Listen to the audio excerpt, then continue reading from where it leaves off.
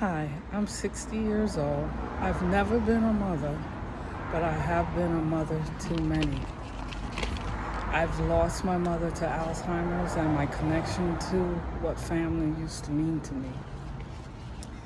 I've gained wisdom and strength by embracing adversity and life's challenges, by embracing ancient wisdom of spirituality, breathing, yoga, and visualization.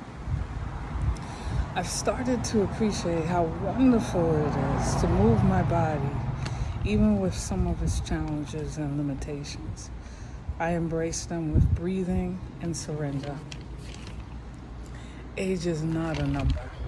It's what makes me believe in the magic of starting anew at any given moment and as often as I want to. Age is not just a number. It's an opportunity to discover more about who you are and what you can create.